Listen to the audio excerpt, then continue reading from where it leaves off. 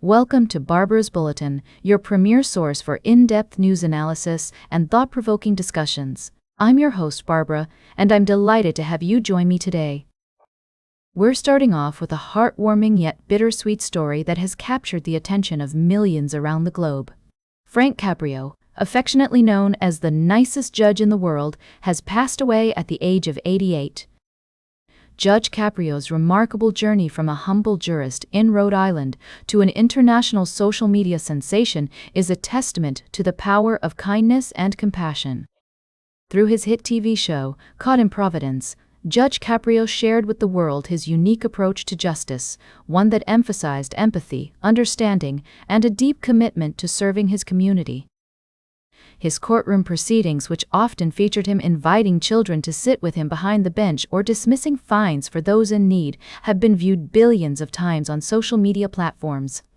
Judge Caprio's rise to fame was not limited to his TV show.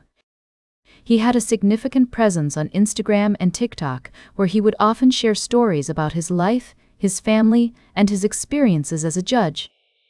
His online persona was characterized by warmth, humor, and a genuine desire to connect with people from all walks of life.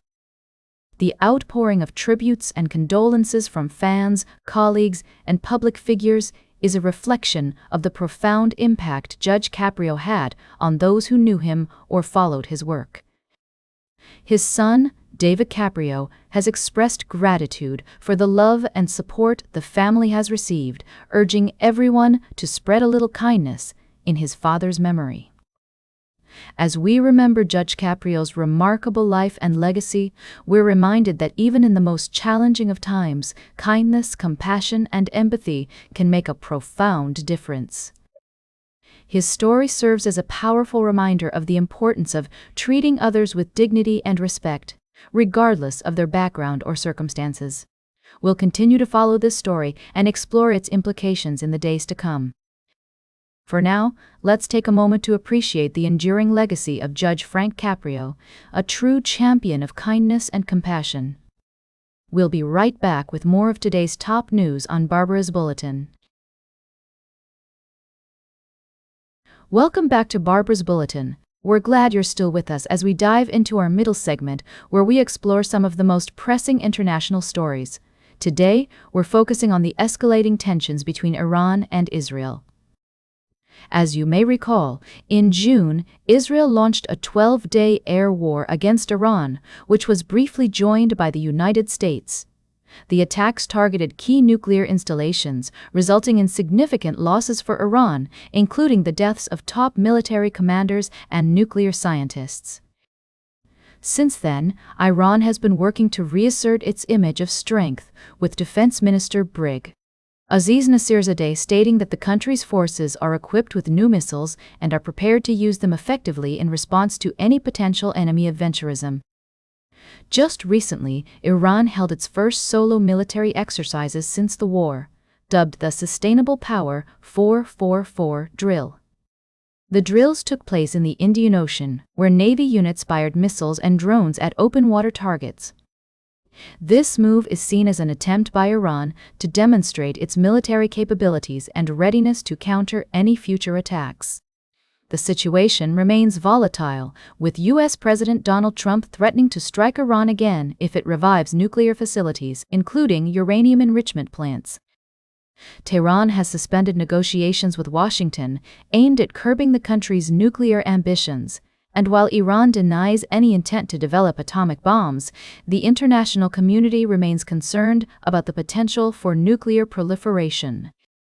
It's worth noting that France, Germany, and the United Kingdom, the European parties to Iran's nuclear deal, have warned that if Tehran doesn't reach a satisfactory solution to its dispute with the International Atomic Energy Agency by August 31st, they will trigger a snapback reimposition of all United Nations sanctions on Iran previously lifted by the accord. As we continue to monitor this developing story, it's clear that the situation between Iran and Israel remains complex and delicate. We'll be keeping a close eye on any further developments and bringing you updates as more information becomes available. Stay tuned for our final story of the day, right here on Barbara's Bulletin. Welcome back to Barbara's Bulletin. We're closing out today's show with a fascinating story that highlights the complexities of politics and community engagement. As we delve into the world of New Jersey politics, you'll notice that the lines between party affiliations can become blurred when it comes to issues that directly impact people's lives. In New Jersey, the gubernatorial election is heating up, with candidates vying for the support of Latino voters. This demographic has become increasingly crucial in determining the outcome of elections, and both parties are working to win them over. Our story today takes us to Passaic County, where Republican candidate Jack Ciattarelli is making a strong push to secure the votes of Latino residents. Ciattarelli's approach focuses on economic issues, such as reducing the cost of living and supporting small businesses. He's been visiting local restaurants and shops, listening to the concerns of business owners and community members. For instance, Angel Castillo, the owner of El Primito restaurant in Passaic, is backing Ciattarelli due to his promises to address the rising costs of doing business in the state. However, not all Latino voters are convinced by Ciattarelli's message. Some have expressed concerns about the Trump administration's immigration policies and the impact they have on their communities. Democratic strategist Chuck Rocha notes that many Puerto Ricans and Dominicans who supported Donald Trump in the past now regret their decision due to his handling of deportations and immigration. It's essential to acknowledge that the Latino community is not a monolith. Individuals have diverse perspectives and priorities. While some may be swayed by economic promises, others are more concerned about social issues such as education, healthcare, and immigration reform. As we look at the polls, it appears that Democratic candidate Mikey Sherrill might have an edge among Latino voters, but there's still a significant number of undecided voters who could tip the scales.